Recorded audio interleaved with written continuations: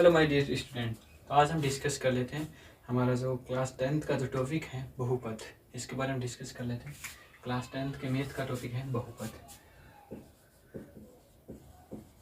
बहुपद सर, बहुपद होता क्या है? तो आपका पहला सवाल है सर, चैप्टर का नाम है बहुपद, आखिर बहुपद होता क्या है? तो बहुपद क्या होता है? बहुपद होता है चर या अचर पदों की ऐसी समीकरण। क्या होती है? चर या अचर पदों की एक ऐसी समीकरण जिसमें चर पद की घात धनात्मक पूर्णांक हो, धनात्मक पूर्णांक हो,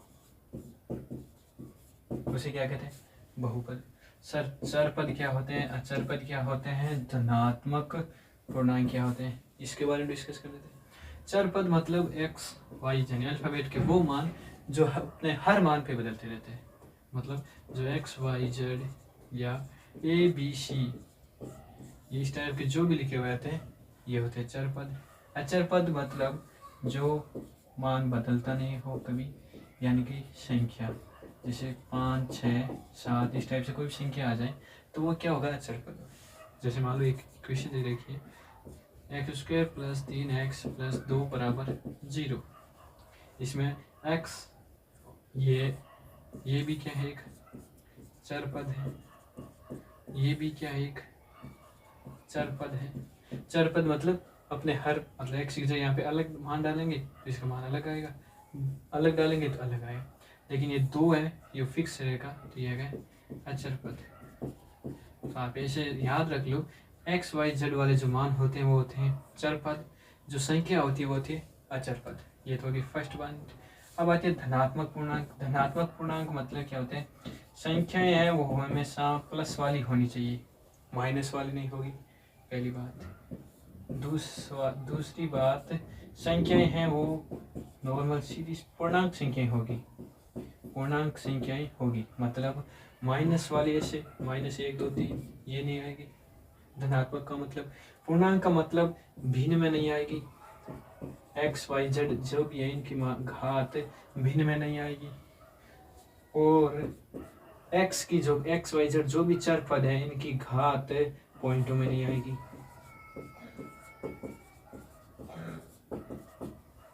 आई बात समझ?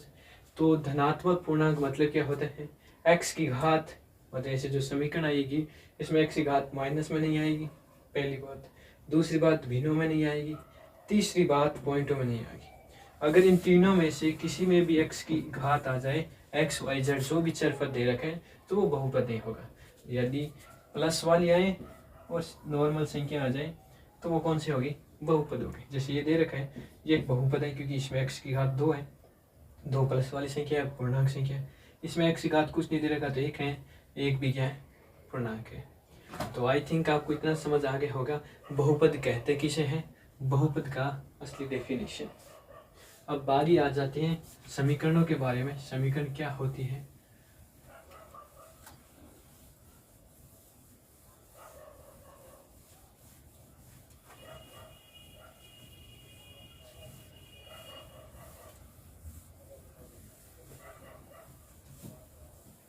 अब समीकरण के बारे में डिस्कस कर लेते हैं। सर, समीकरण क्या होती है? तो समीकरणों के बारे में देख लेते हैं। समीकरण यानी इक्वेशन होती क्या है? जैसे कोई भी एक बहुपद दे रखा हो, जैसे एक बहुपद दिया है f(x) = 3x³ + 4x² + 5x + 6, ये एक बहुपद दे रखा है।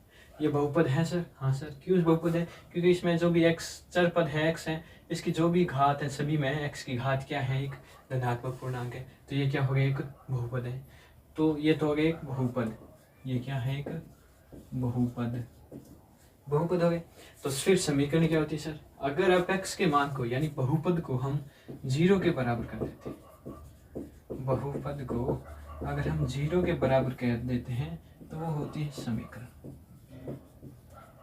यानी f(x) का मान ये दे रखा है, तो अगर f(x) बराबर दिया है तो वो होगा बहुपद। यदि उसी को हम 0 के बराबर कर दें तो होती है समीकरण। यानी कोई भी एक चर पद या चर पदों की एक ऐसी लाइन जिसको 0 के बराबर दे रखा है वो हमेशा समीकरण होगी।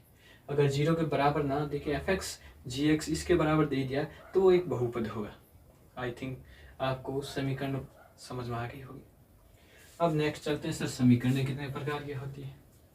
समीकरणें बहुत से प्रकार की हैं, लेकिन हमारे सिलेबस में बेसिकली 3 प्रकार की हैं। एक होती है रैखिक समीकरण, रैखिक समीकरण, और 2 नंबर होती है द्विघात समीकरण, और नंबर 3 होती है त्रिघात समीकरण। हमारे सिलेबस में सिर्फ ये 3 प्रकार की इक्वेशन है, 3 प्रकार की समीकरण है, रैखिक समीकरण, द्विघात समीकरण, त्रिघात समीकरण। रैखिक समीकरण मतलब जिसमें चर पद की घात, जिसमें चर पद की अधिकतम घात, अधिकतम घात 1 हो वो होगी रैखिक समीकरण। जिसमें चर पद की अधिकतम घात 2 हो वो होगी द्विघात समीकरण। जिसमें चर पद की अधिकतम घात 3 हो वो होगी त्रिघात समीकरण। तो समीकरण बेसिकली कितने प्रकार की होती बहुत सारी अपने सिलेबस में। रैखिक समीकरण, द्विघात समीकरण, त्रिघात समीकरण। रैखिक समीकरण मतलब जिसमें चर पद की अधिकतम घात 1 है, जैसे x + 2 = 0। इसमें चर पद क्या है, x है, इसकी अधिकतम घात कुछ नहीं दे रखा है, तो कितना है, x की अधिकतम घात है 1, तो ये रैखिक समीकरण है। जैसे 2x - 6 = 0, इसमें चर पद क्या है, 2x है, इसमें x की अधिकतम घात क्या है, 1 है, तो ये कौन सी होगी, रैखिक समीकरण। अब द्विघात समीकरण कौन सी है, जैसे 2x² + 9x + 13 = 0, एक ये कोई द्विघात समीकरण दे रखी है। इसमें जो x की अधिकतम घात कौन सी है, 2 है, तो ये कौन सी होगी, द्विघात समीकरण। ये कैसे दे रखी है, 2x² - 32 = 0, इसमें x अधिकतम घात क्या है, x की 2 है, तो कौन सी होगी, द्विघात समीकरण।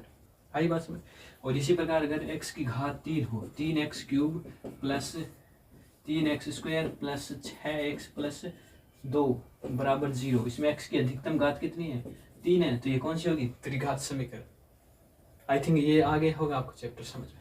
इसमें क्या करना होता है, समीकरण मतलब बहुपद का मान को अगर 0 के बराबर करें तो समीकरण हो जाती है। समीकरण 3 प्रकार की होती है। रैखिक समीकरण हमारे सिलेबस में 3 ही प्रकार के।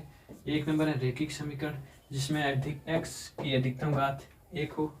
नंबर 2 है द्विघात समीकरण जिसमें x की अधिकतम घात 2 हो। नंबर 3 आती है त्रिघात समीकरण जिसमें x की अधिकतम घात 3 हो गया, इतना क्लियर है। तो x की अधिकतम घात उसे रैखिक समीकरण, अधिकतम घात 2 उसे द्विघात समीकरण, अधिकतम घात 3 उसे क्या कहेंगे, त्रिघात समीकरण। अब बारी कर लेते हैं अपने शून्यक के बारे में। इतना आपको समझ में आ गया होगा। अब शून्यक क्या होता है सर, इसके बारे में डिस्कस कर लेते हैं। सर एक शून्यक होता है, एक होता है सर मूल। दोनों में क्या सर डिफरेंस है? हाँ जरूर डिफरेंस है। सर क्या डिफरेंस है? वही जो बहुपद और समीकरण में होता है। हम जनरली इनको एक ही मान लेते हैं। जनरली केस में हम क्या करते हैं, शून्यक और मूल इन दोनों को क्या मानते हैं, एक मानते हैं। क्या है ये, एक मानते हैं। दरअसल ये गलत है। शून्य किसका ज्ञात किया जाता है, बहुपद का, याद रखने की बात है।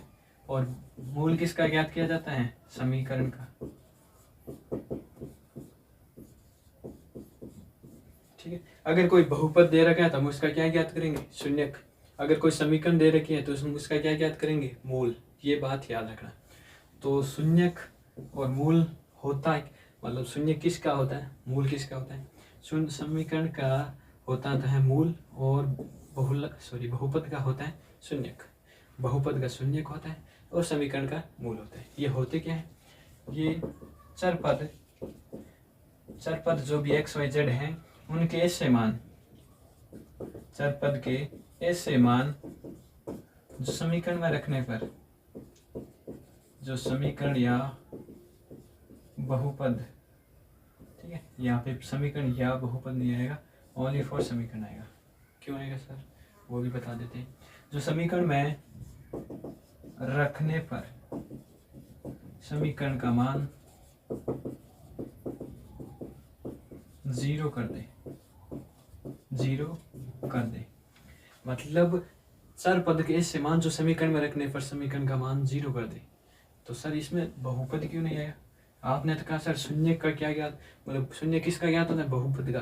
तो यहाँ पे बहुपद में मान क्यों नहीं रखते हम? बात वही थी, क्यों नहीं रखते? क्योंकि जैसे एक fx बराबर दे रखे अपने को 4x² प्लस 3x माइनस 7, एक ये कोई एक द्विघात समीकरण दे रखी। अब अपने को द्विघात बहुपद दे रखा है। अब इसको क्या ज्ञात करना है अपने को? बहुपद है तो इसका शून्य ज्ञात होगा। तो शून्य ज्ञात करने का बेसिक डेफिनेशन है, जो fx के मान है उसको जीरो के बराबर करो। fx को जीरो के बराबर किया, fx क्या है? 4x² प्लस 3x माइनस 7 बराबर जीरो। मतलब शून्य ज्ञात कैसे किया जाता है? जो भी द्विघात बहुपद दे रखे हैं, द्विघात त्रिघात जो भी बहुपद दे रखे हैं उसको जीरो के बराबर करते हैं, उसको जीरो के बराबर करते हैं। तो मतलब उसको जीरो के बराबर किया तो अब ये क्या बन गई? समीकरण बन गई। तो हम अब मान किस में रखेंगे? इस समीकरण में रखेंगे या इस बहुपद में रखेंगे? मान डेफिनेटली समीकरण में रखेंगे। x के मान समीकरण में रखेंगे तभी तो इसका मान जीरो आएगा। तो इसका मतलब यहाँ पे क्या आएगा? चर पद के ऐसे मान जो समीकरण में रखने पर समीकरण का मान जीरो कर दे, उसे क्या कहते हैं? शून्यक या मूल कहते हैं। अब ये मूल या शून्यक होते हैं वो तो आ गया सर समझ में। अब ये ज्ञात कैसे करते हैं, मतलब इनको फाइंड आउट कैसे करते हैं उसके बारे में डिस्कशन कर लेते हैं। कैसे फाइंड करते हैं इनको फाइंड करने के लिए हम क्या करेंगे, स्टेप बाय स्टेप चलेंगे।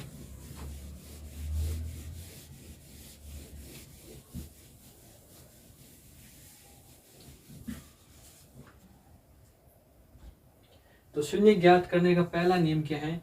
अगर बहुपद दे रखे हैं तो बहुपद को क्या करना है? समीकरण में चेंज करना है। बहुपद दे रखा है, बहुपद को समीकरण में चेंज करना है। मतलब बहुपद मतलब fx बराबर ax² plus bx plus c, ये दे रखे हैं बहुपद। इसको समीकरण में कैसे चेंज करेंगे? fx के मान को जीरो के बराबर करेंगे। fx मतलब ax² plus bx plus c बराबर जीरो, ऐसे करेंगे। फिर ऐसे फाइंड करेंगे। तो शून्य कैसे फाइंड करेंगे? शून्यक ज्ञात करना, शून्यक ज्ञात करना। शून्य किसका ज्ञात करना है? बहुपद का ज्ञात होता है, बहुपद का शून्य ज्ञात होता है। मूल किसका ज्ञात होता है? समीकरण का। बहुपद दे रखा है, बहुपद को हमने समीकरण में बदला, यानी बहुपद के मान को जीरो के बराबर किया।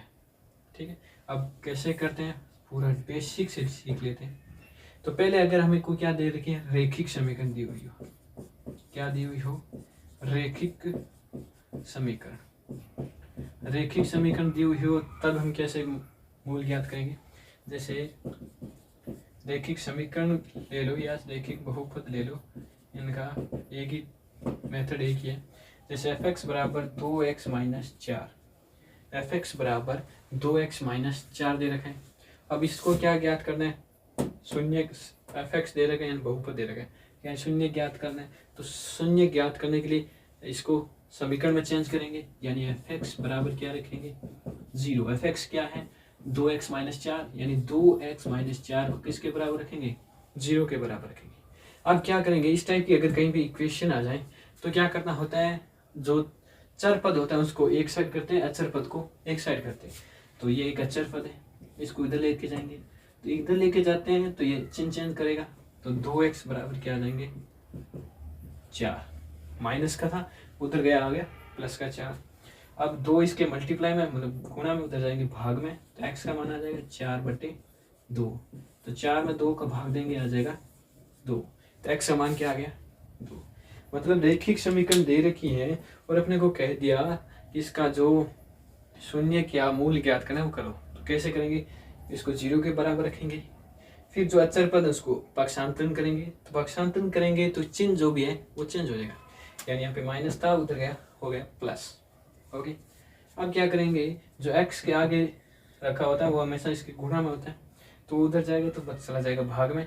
फिर 4 में भाग देंगे 2 का, तो 2 2 4, तो x बराबर आगे 2।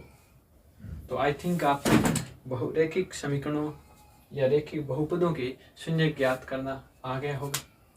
कल हम डिस्कस करेंगे द्विघात समीकरणों के शून्य कैसे ज्ञात करते हैं, जो कि हमारे सिलेबस का मेन टॉपिक वही है। क्लास 10th का जो मेन टॉपिक है बहुपदों के शून्य ज्ञात करना। ठीक है, तो कल हम उस पर डिस्कस करेंगे। Okay, thank you.